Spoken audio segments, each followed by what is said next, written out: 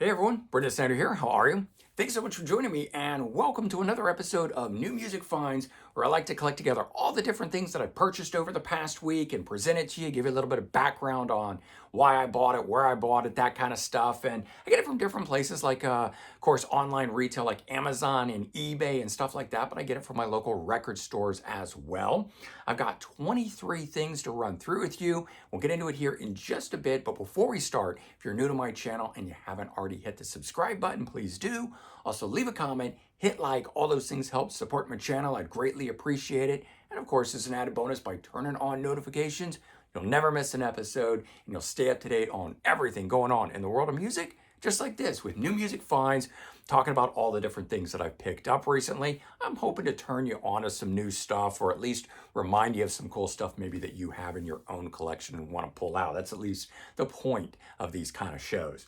So first up, we're going to jump through some new releases. One that Anthony Coviello and I did a sort of semi-review, but really just a discussion on the brand new Tom Petty and the Heartbreakers deluxe edition re-release for Long After Dark. This is one of my favorite albums that he's done. It was their fifth studio album. It came out in 1982.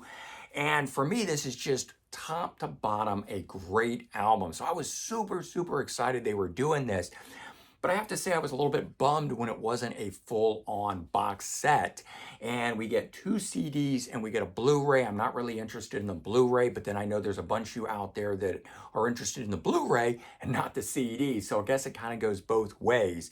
And I am glad that they didn't put it out as a box set where they do the LP, the two CDs, and the Blu-ray, and then call it a 4-disc and charge us $100 or whatever it is. So at least it is kind of broken down. The second disc on here is where the action was really supposed to be on this, and it has 7 previously unreleased songs, 9 of which didn't make the album. And so that in and of itself is very cool, but for me at least, there just isn't a lot of energy in these performances. I can understand why they were left off in the end. Maybe they needed some more development and things, who knows. Some of these are also French TV performances. They're live in the studio, but without audience.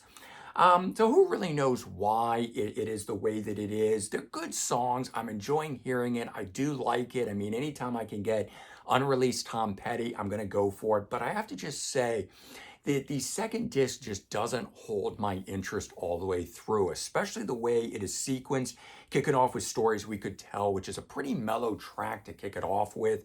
If they had started with Never Be You, one of the unreleased ones, that one I think would have been better to kick it off with. There's a lot more energy in that, but that's just my take on things. Either way, it's new Tom Petty. You got some cool unreleased material and a great remaster to this album, the fifth studio album itself. So there's that. This one here initially had said for me it was pushed back. I wasn't going to get it till the middle of November. I was kind of bummed about it. And then lo and behold, it arrived only one day after release day. Unexpected for me. And I'm talking about the new Jerry Cantrell album, I Want Blood, his fourth solo album, second since releasing the last Rainier Fog, Alice in Chains album. And I don't know why we've gotten 2 solo albums. Brighton before this, which was absolutely fantastic. And this one here I'm really, really enjoying as well. I don't think it's as good as Brighton, but I do really like it. And it's a little different than Alice in Chains, and I like that. I'm glad that he's not just replicating and churning out what he does in Alice in Chains. Brighton was the same way. It was leaning more towards solo Jerry Cantrell sounding stuff, but was a very interesting album. This one here, very good all the way through. As I said, I don't think it's as good as Brighton, but it is a really good one. And very much enjoying it, but just also kind of wondering why we haven't gotten a new Alice in Chains album in, I believe now, 6 years. I think it was 2018. So 6 years, making next year the 7th year that we haven't gotten it. But who knows, maybe 2025 will be the year for brand new Alice in Chains. All right, staying on the alternative rock thing, we got Sponge and their new album called 1994. This is a covers album, 10 songs on it, covering all songs or perhaps all bands that had the stuff out in 1994. So celebrating that year, which is the debut of Sponge's album itself, their debut album, getting released, Rotting Pinata. So kind of an interesting way to do it with a covers album. I think it's sort of one of those things that somebody just kind of came up with a concept about how to sell a covers album. I kind of doubt it was, oh, hey, it's 1994, we should celebrate the year, as opposed to doing something that actually celebrates Rotting Pinata. Like, why not do a live album, start to finish of the whole thing and put that out? I don't know. This is cool, though. I'm really enjoying it. A lot of the songs, a lot of the bands that are on there, Mazzy Star and Oasis and stuff like that, Morrissey, were not bands that I was into back in the day. I know all the songs because they were so big and so popular. And so hearing Sponge do them is actually really cool because it's not those artists, it's Sponge doing it. I like Sponge. So even if I didn't like that song from back in the day, I found a way to enjoy it through Sponge at least. All right, next one up. Pinhead Gunpowder, which is the Billy Joe Armstrong, frontman of Green Day's side project. And I don't think they've put out an album in near 20 years. Finally doing something again. This here, surprisingly to me, sounds just like Green Day, as good as the current album. I was not anticipating picking this up, but I checked it out after it had dropped and digitally heard it, loved it, and so I went ahead and picked it up and really enjoyed it. And I would say if you are a fan of Green Day, if you are a fan of Billy Joe Armstrong, but maybe never checked out Pinhead Gunpowder, this would be the time to do it. The album is called Unity and apparently has some different album art because digitally, this is not the cover. It's got three persons on it. I don't really think they're necessarily meant to represent the people per se, but this was what the single Unity was, and now it's on the album here. But I did notice that all of these, it is just a single piece of paper that slides over it, and probably why they're all different like that, so they can swap that out later on with whatever they want. Okay, next up, Todd Michael Hall, the frontman for the band Riot 5, which is the same as the band Riot, just continuing on without its founding member and guitar player Mark Reel, who passed away. We've got Todd Michael Hall going out on his own for second solo album, and he brings along again Kurt Vanderhoof of Metal Church doing all the music for this, with Todd Michael Hall doing the lyrics on it, same way they did for the first solo album, doing it again here. But I have to say, I'm liking this even better than the first one.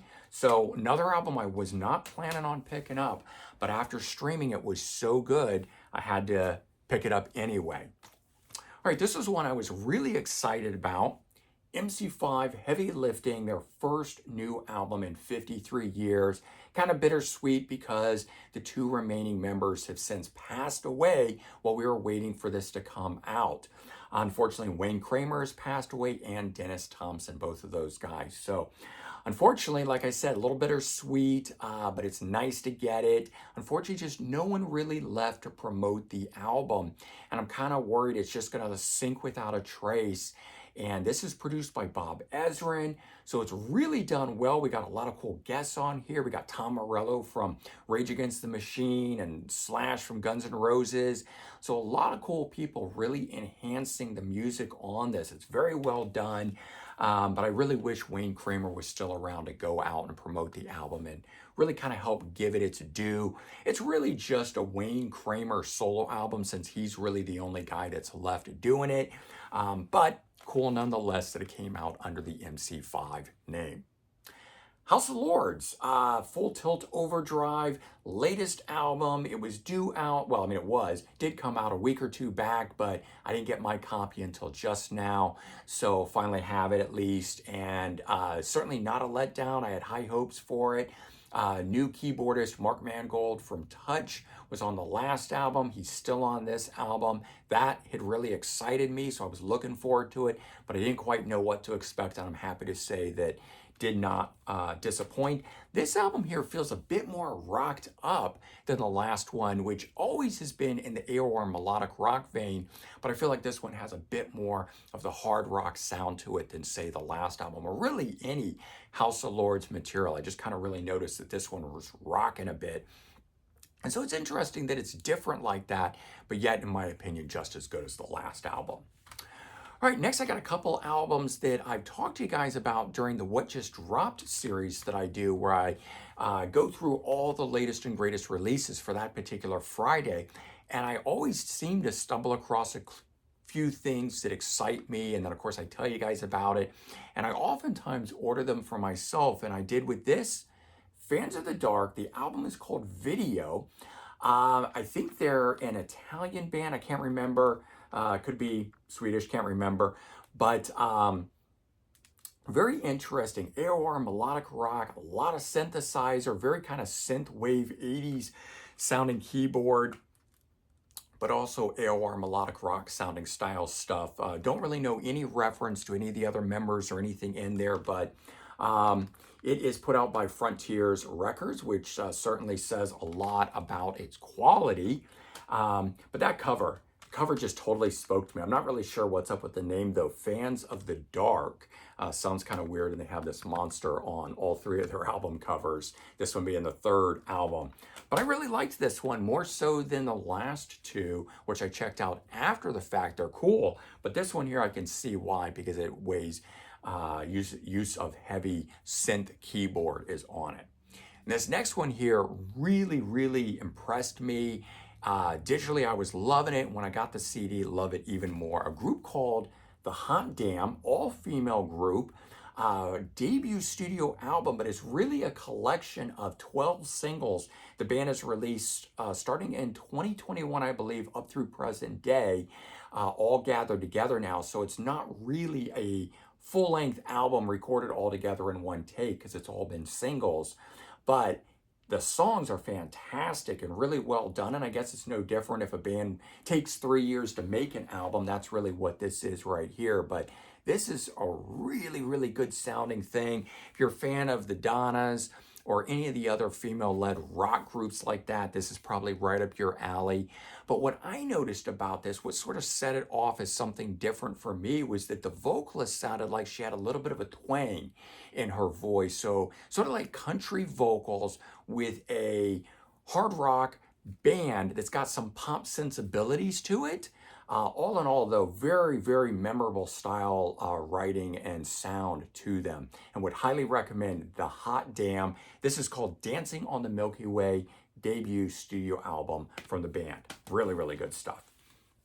And then this I saw drop recently as a digital only thing, and then it came out physically and it sold out instantly. And then one of you guys reached out and let me know, and I'm so glad you did, that, I don't know, suddenly they had more to sell.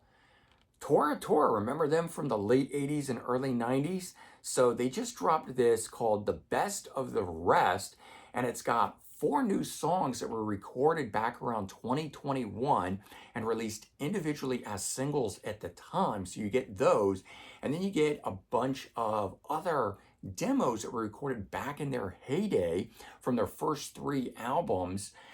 Those have since been released as standalone demo albums.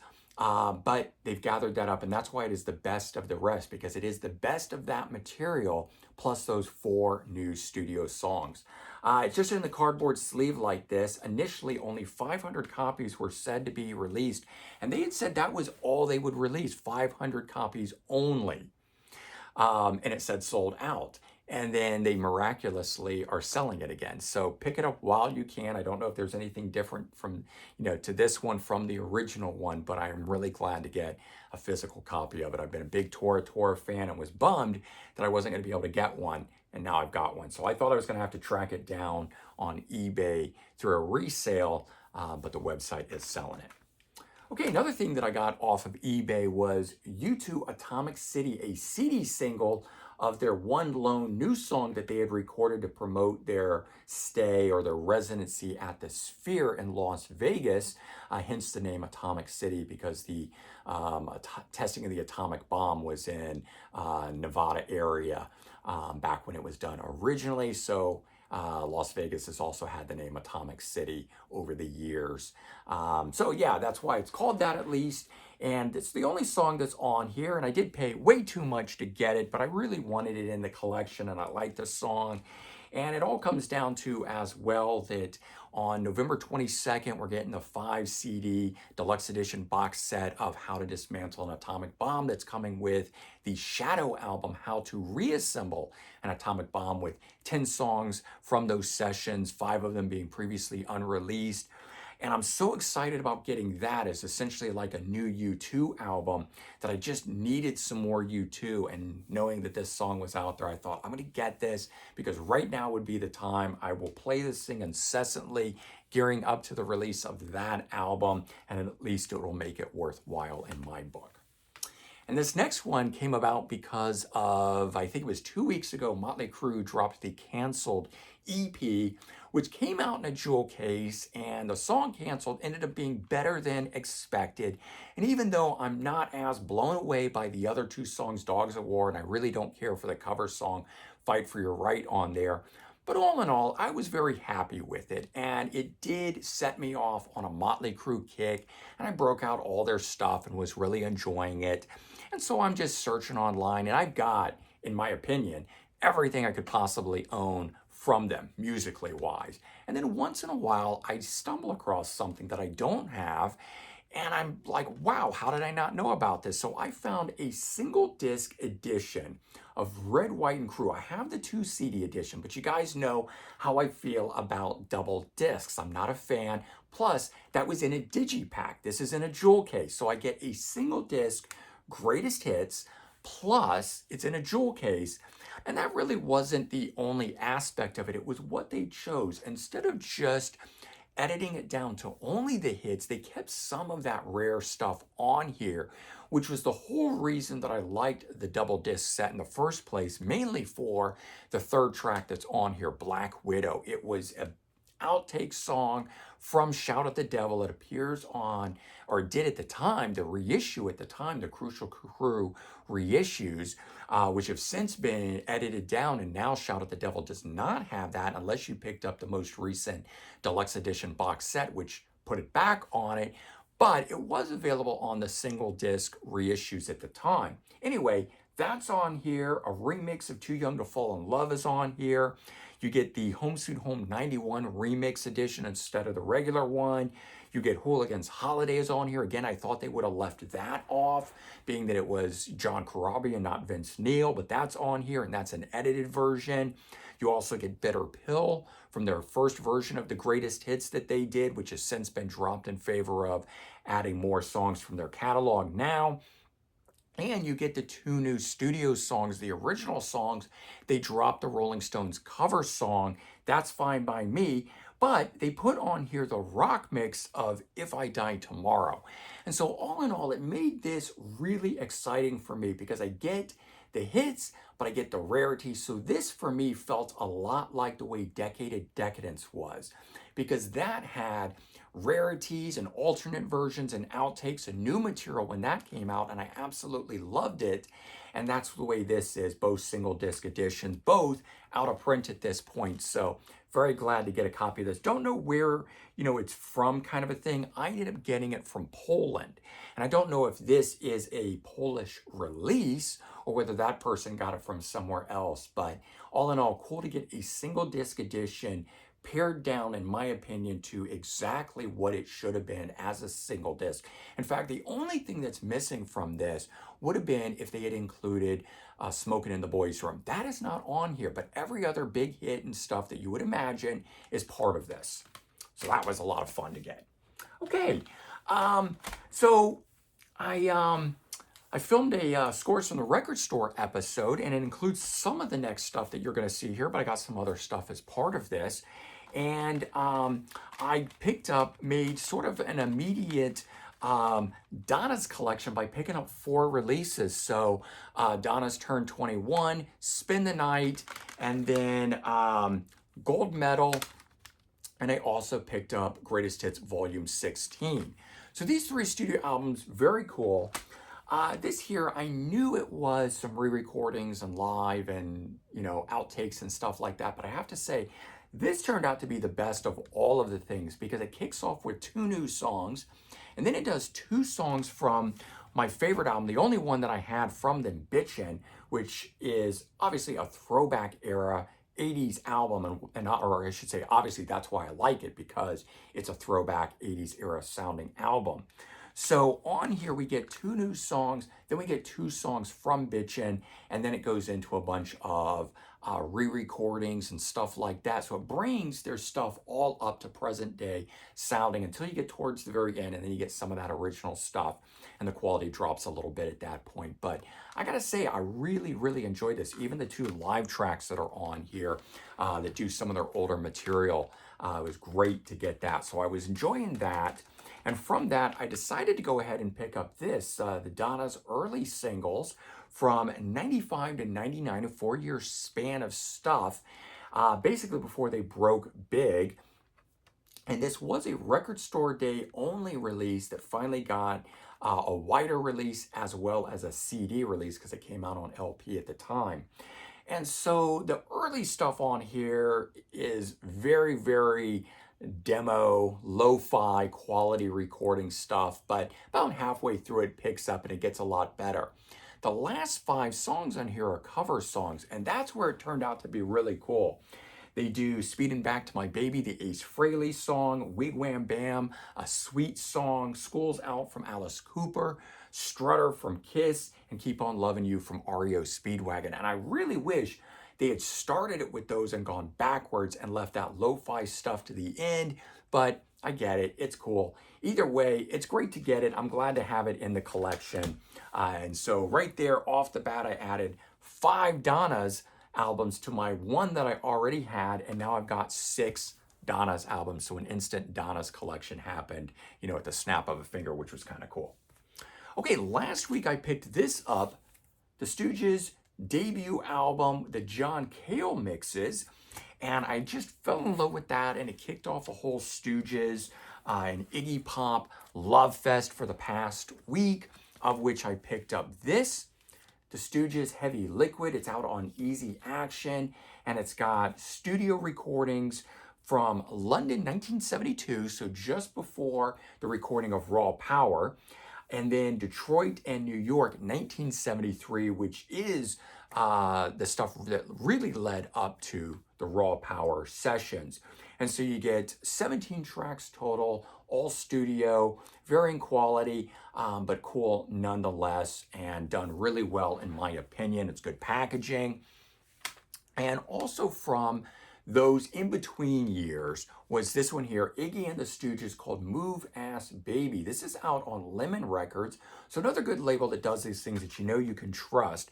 This has the original gem demos, the Olympic Studio sessions, 5 songs on there, and then we get Detroit rehearsals, different than the Detroit rehearsals that are on here. At least the track listing is somewhat different, even if a couple of them cross over.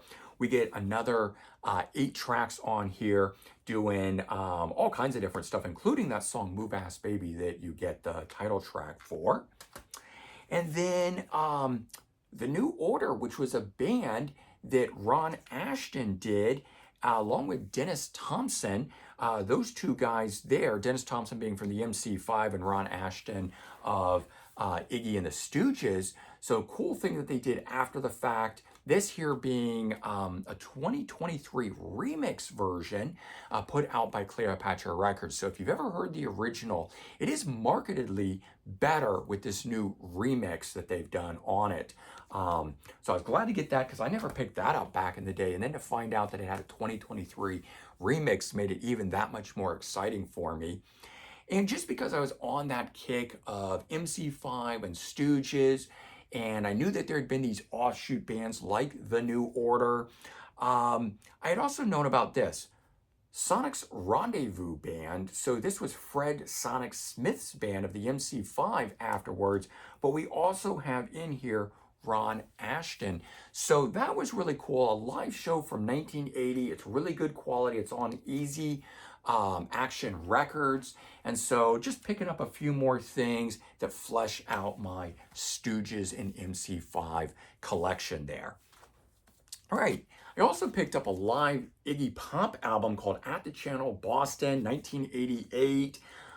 2 LP set covering all kinds of stuff from the Cold Metal tour that they did at the time. It's got Instinct and Kill City It's got Joanna, Easy Rider, I Feel Again, or I Feel Alright, sorry, No Fun, I Want to Be Your Dog. So very cool stuff. It has a lot of tracks from Iggy's middle period in the 80s that he just doesn't do anymore, or didn't do for a very long time. So getting them on a live album like this that has the good sound quality that it does was a lot of fun to get.